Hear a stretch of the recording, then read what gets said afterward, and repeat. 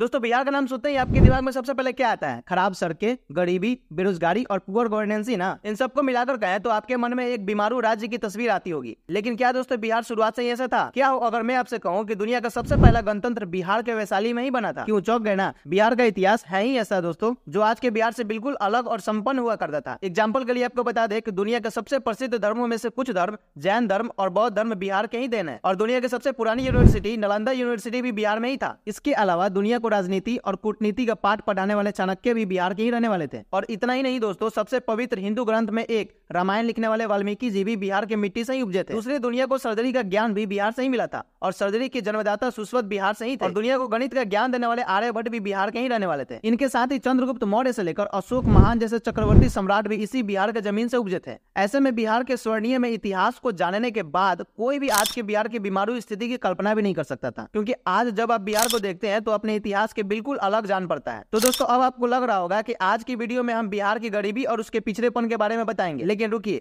ये सब आपको ऑलरेडी पता है और इस पर हजारों वीडियोस आपको यूट्यूब पर मिल जाएंगी। इसलिए आज की इस वीडियो में हम बिहार की प्रॉब्लम को डिस्कस करने की बजाय ये डिस्कस करेंगे कि आखिर बिहार अपने खोए हुए स्वर्णमय इतिहास को फिर से कैसे वापस पा सकता है, कैसे बिहार इंडिया के सबसे पिछड़े राज्यों में से उभरकर one of the best state बन सकता है। और इसलिए आज की इस वीडियो में हम उन सभी समस्याओं के हल पर डिस्कस करेंगे कि आखिर बिहार अपनी ग्लोरी वापस कैसे हासिल कर सकता है। तो बने रहिए वीडियो के अंत तक, क्योंकि बिहार की समस्याओं हम सदियों से सुनते आ रहे हैं, लेकिन इन समस्याओं का अंत कैसे मिलेगा ये आपको आज जानने को मिलेगा। उससे पहले दोस्तों हमारे चैनल पर नया है तो सब्सक्राइब कर लें ऐसी और इंटरेस्टिंग एंड इन्फॉर्मेटिव वीडियो के लिए। चलिए वीडियो के साथ आगे बढ़ते हैं। How can Bihar achieve it's long lost glory? Number 1, promotion of IT sector in Bihar. दोस्तों आजादी के बाद भारत के बहुत से ऐसे स्टेट थे जो गरीब और पिछड़ेपन के शिकार थे, चाहे वो उत्तर प्रदेश हो या हरियाणा हो या फिर साउथ इंडिया के कुछ गिने चुने स्टेट हो। लेकिन देखते ही देखते ये स्टेट डेवलप होते गए, लेकिन बिहार फिर भी आगे नहीं बढ़ पाया। यहाँ तक कि साल 2000 में बने छत्तीसगढ़, झारखंड और उत्तराखंड जैसे स्टेट भी तेजी से डेवलप करके बिहार से आगे निकल गए। लेकिन इतना बेहतरीन इतिहास होने के बावजूद बिहार आज भी संघर्ष कर रहा है। दोस्तों यहाँ से बिहार को अगर फिर से ग्रोथ करनी है तो सबसे पहले उन फैक्टर्स को नोटिस करना होगा जो दूसरे स्टेट के डेवलप होने के कारण बने, जैसे कि उत्तर प्रदेश और हरियाणा का एग्जांपल ले लें। तो इन दो स्टेट्स के डेवलप होने के पीछे कहीं ना कहीं आईटी इंडस्ट्रीज का बड़ा हाथ है। आज हरियाणा में गुरुग्राम और उत्तर प्रदेश में नोएडा इनकी इकोनॉमी का सबसे बड़ा फैक्टर है। और आपको जानकर हैरानी नहीं होनी चाहिए कि हरियाणा का जीडीपी का ऑलमोस्ट 60% अकेले गुरुग्राम से आता है। उसी तरह लगातार डेवलपमेंट की सीढ़ियां चढ़ रहे उत्तर प्रदेश, जिसे किसी जमाने में बिहार के बराबर माना जाता था, आज वहाँ नोएडा शहर है। आज नोएडा उत्तर प्रदेश की जीडीपी में 10.12% का कंट्रीब्यूशन करता है।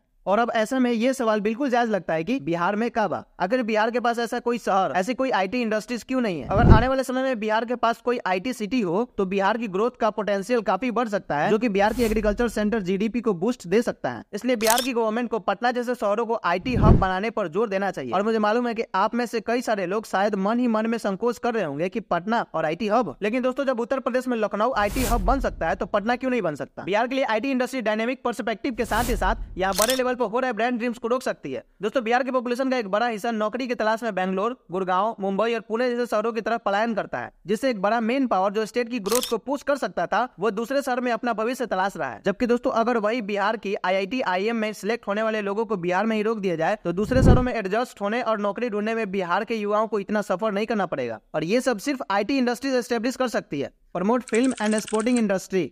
दोस्तों इस पलायन करने वाले हिस्से में एक ऐसा वर्ग भी है जो मुंबई की तरफ पलायन करता है, ताकि फिल्म इंडस्ट्री के इर्द गिर्द में कोई अपनी पहचान बना सके। आज भी अगर मुंबई की किसी फिल्म की शूटिंग पर चले जाएं तो आपको फिल्म क्रू में कोई ना कोई बिहारी व्यक्ति जरूर मिल जाएगा। और दोस्तों ये कोई हवाई बातें नहीं है। इंडिया के फिल्म इंडस्ट्री में आज करीब 197 बिलियन रुपीज की हो चुकी है, जो की एक बड़ी टाइमिंग और एम्प्लॉयमेंट देने वाली इंडस्ट्री है। इंडिया में हर राज्य के पास अपनी फिल्म इंडस्ट्री है। आंध्र प्रदेश तेलुगु फिल्म चलाता है, तमिलनाडु में तमिल और बंगाल में बंगाली फिल्म बनती है। लेकिन आपको यहाँ ये सुनकर हैरानी होगी कि भोजपुरी फिल्में भी बिहार में नहीं बनती। दोस्तों जब हम नोएडा में मौजूद आईटी हब की बात करते हैं तो हम यहाँ मौजूद नोएडा फिल्म सिटी को इग्नोर नहीं कर सकते। देश की सबसे बड़े न्यूज चैनल्स आज नोएडा फिल्म सिटी में ही लोकेटेड है, जिससे उत्तर प्रदेश के यूथ को जॉब तो मिल ही रही है और साथ ही साथ उत्तर प्रदेश की इकोनॉमी का बड़ा हिस्सा भी इंडस्ट्री की मदद से ग्रो कर रहा है। वही बिहार के यूथ को इस इंडस्ट्री में अपनी किस्मत आजमाने के लिए मुंबई की तरफ रुख करना पड़ता है, क्योंकि भोजपुरी सिनेमा इंडस्ट्री भी वहीं से बेस्ड है। और इससे ना तो फायदा स्टेट का हो रहा है और ना ही वहाँ के पॉपुलेशन का। अगर नियर फ्यूचर में भोजपुरी सिनेमा रियल टैलेंट के साथ काम करता है तो यहाँ के यूथ को तो एक्सपोजर मिलेगा ही, और साथ ही इन्हें गवर्नमेंट की मदद से इन्हें यहाँ कोई फिल्म सिटी से सेटअप होती है, तो इससे फिल्म मेकर्स को भी काफी मदद मिलेगा और स्टेट की इकोनॉमी ग्रोथ के साथ साथ रीजनल और कल्चरल हेरिटेज को भी प्रमोट किया जा सकता है। इसके अलावा दोस्तों फिल्म इंडस्ट्री तो दूर की बात है, बिहार में अपना इंटरनेशनल क्रिकेट स्टेडियम तक नहीं है। जी हाँ, है ना चौंकाने वाली बात। इंडिया जहाँ क्रिकेट का इतना बड़ा मार्केट है, इवन इसे आप इस बात से अंदाजा लगा सकते हैं कि हाल ही में आईपीएल में शुरू भोजपुरी कमेंट्री को बहुत पसंद कर रहे थे लोग। इसे आप अंदाजा लगा सकते हैं कि बिहार में क्रिकेट कितना पॉपुलर है और क्रिकेट इकोनॉमी को इग्नोर करते हुए बिहार में एक भी क्रिकेट स्टेडियम नहीं है। Focus on small and large scale industries. दोस्तों ये तो रही फिल्म और स्पोर्ट्स इंडस्ट्रीज की बात, लेकिन बिहार की किस्मत बाकी इंडस्ट्रीज को लेकर कुछ खास नहीं रही। इस मैप पे आप देख सकते हैं कैसे बिहार में पर 1 लाख लोगों के लिए सबसे कम फैक्ट्रीज है। ये दिक्कत बिहार के साथ ही आखिर क्यों है? बिहार का चीफ मिनिस्टर के मुताबिक इसका जवाब है बिहार का समुद्र किनारे ना होना। ये बात एक हद तक ठीक भी है क्योंकि बिहार एक लैंड लॉकेड स्टेट है, लेकिन दोस्तों ये पूरा सच नहीं है। दोस्तों आज भले ही कोस्टल रीजन की इकोनॉमी और वहाँ के इंडस्ट्रियल सेक्टर ग्रो कर रहा है, इसका मतलब ये नहीं है कि लैंड लॉकेड स्टेट जैसे कि हरियाणा, झारखंड, मध्य प्रदेश और तेलंगाना की इकोनॉमी कहीं बहुत पीछे है। इसलिए लैंड लॉकेड वाला फैक्टर पूरी तरीके से सच नहीं हो सकता और पूरा सच ये है कि यहाँ लैंड काफी छोटे छोटे हिस्सों में डिवाइडेड है, जिस वजह से अगर कोई इंडस्ट्री यहाँ लैंड भी खरीदना चाहे तो उसे बहुत दिक्कतों का सामना करना पड़ता है। वही बिहार के पास पूरे इंडिया में सबसे ज्यादा फर्टाइल लैंड मौजूद है, इस वजह से कोई भी अपनी जमीन इंडस्ट्रियलिस्ट को नहीं देना चाहता है। ऐसे में जरूरी है कि गवर्नमेंट लैंड अलॉटमेंट का जिम्मा अपने सर उठाए और ये मेक श्योर करे कि बिहार की इंडस्ट्री में इन्वेस्टमेंट हो सके। दोस्तों इसके साथ ही बिहार में एंटरप्रेन्योरशिप को प्रमोट करने के लिए एक नया रास्ता बनाया जा सकता है बिहार के युवाओं के लिए। दोस्तों बिहार से बहुत सारे नाम और चेहरे निकले हैं, लेकिन यही जो निकले शब्द है वो चुभता है। बिहार के लोग अपने हार्ड वर्क के लिए जाने जाते हैं। ऐसे में बिहार के यूथ को अगर मौका दिया जाए अपने राज्य में अपने ही राज्य के लिए कुछ बेहतर करने का, तो इसे स्टेट की डेवलपमेंट में एक उछाल देखने को मिलेगा। इंडिया का सबसे मुश्किल एग्जाम जैसे यूपीएससी, आईआईटी और आईएम में टॉप करने वाले स्टूडेंट्स भी बिहार से ही होते हैं। यानी कि यहाँ पे टैलेंट की कोई कमी नहीं है, बस जरूरत है एक पुश की, एक मदद की, जिससे इन्हें भरोसा हो कि इनका स्टेट भी इनके लिए सब कुछ कर सकता है। दोस्तों हमने इस वीडियो को 2 पार्ट में डिवाइड किया है, जिससे वीडियो ज्यादा लॉन्ग ना हो। आगे वीडियो में और इन्फॉर्मेटिव बातों पर चर्चा किया गया। अगर आप चाहते हैं कि हम सेकंड पार्ट इसका डालें तो कमेंट सेक्शन में पार्ट 2 जरूर लिखें और चैनल को सब्सक्राइब कर लें।